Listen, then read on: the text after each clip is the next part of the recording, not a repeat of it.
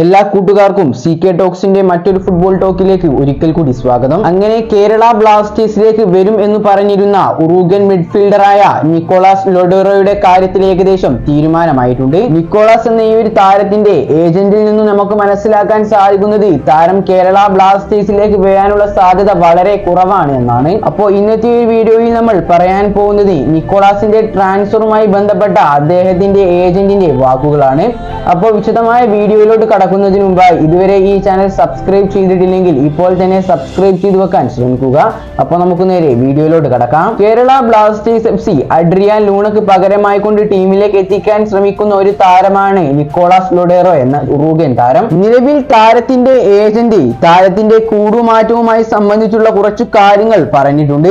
Agent പറയുന്നത് Nicholas ലോഡേറോ എന്ന Uruguayan താരം ഉറുഗ്വെ വിട്ടുകൊണ്ട് മറ്റ് ക്ലബിലേക്ക് വരാൻ താല്പര്യപ്പെടുന്നില്ല. കൂടാതെ താരത്തിന്റെ വയസ്സും ഫാമിലിയെയും ഒക്കെ എടുത്തു നോക്കുമ്പോൾ താരം ഇനി കൂടുതലും കുടുംബത്തോടൊപ്പം ചെലവഴിക്കുന്ന സമയത്തിനാണ് പ്രാധാന്യം നൽകുന്നത്. നിലവിൽ താരം ഫ്രീ ഏജന്റ് ആണ്. താരത്തെ സ്വന്തമാക്കാൻ ഒരു വമ്പൻ ക്ലബ്ബ് കൂടി രംഗത്ത് വന്നിട്ടുണ്ട്.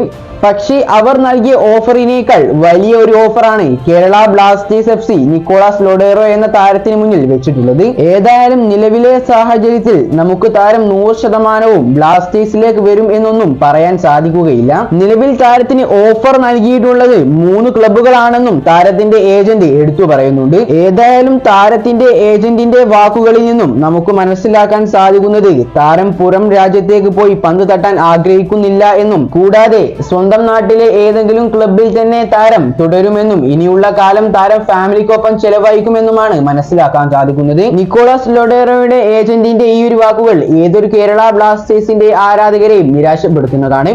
കാരണം 2-3 ദിവസമായി ഈ ഒരു താരം ബ്ലാസ്റ്റേഴ്സിലേക്ക് വരും എന്ന് പറയുന്ന ന്യൂസുകളൊക്കെ പ്രചരിക്കുന്നുണ്ടായിരുന്നു.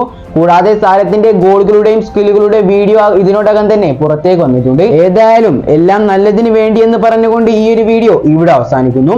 ഫുട്ബോൾ ലോകത്തെ കൂടുതൽ വാർത്തകൾക്കും വിശേഷങ്ങൾക്കും വേണ്ടി ഇപ്പോൾ തന്നെ ഈ ചാനൽ സബ്സ്ക്രൈബ് ചെയ്ത് സപ്പോർട്ട് ചെയ്യുക. അപ്പോൾ അടുത്തൊരു ബ്ലാസ്റ്റേഴ്സ് അപ്ഡേറ്റുമായി വീണ്ടും വരാം. Good bye.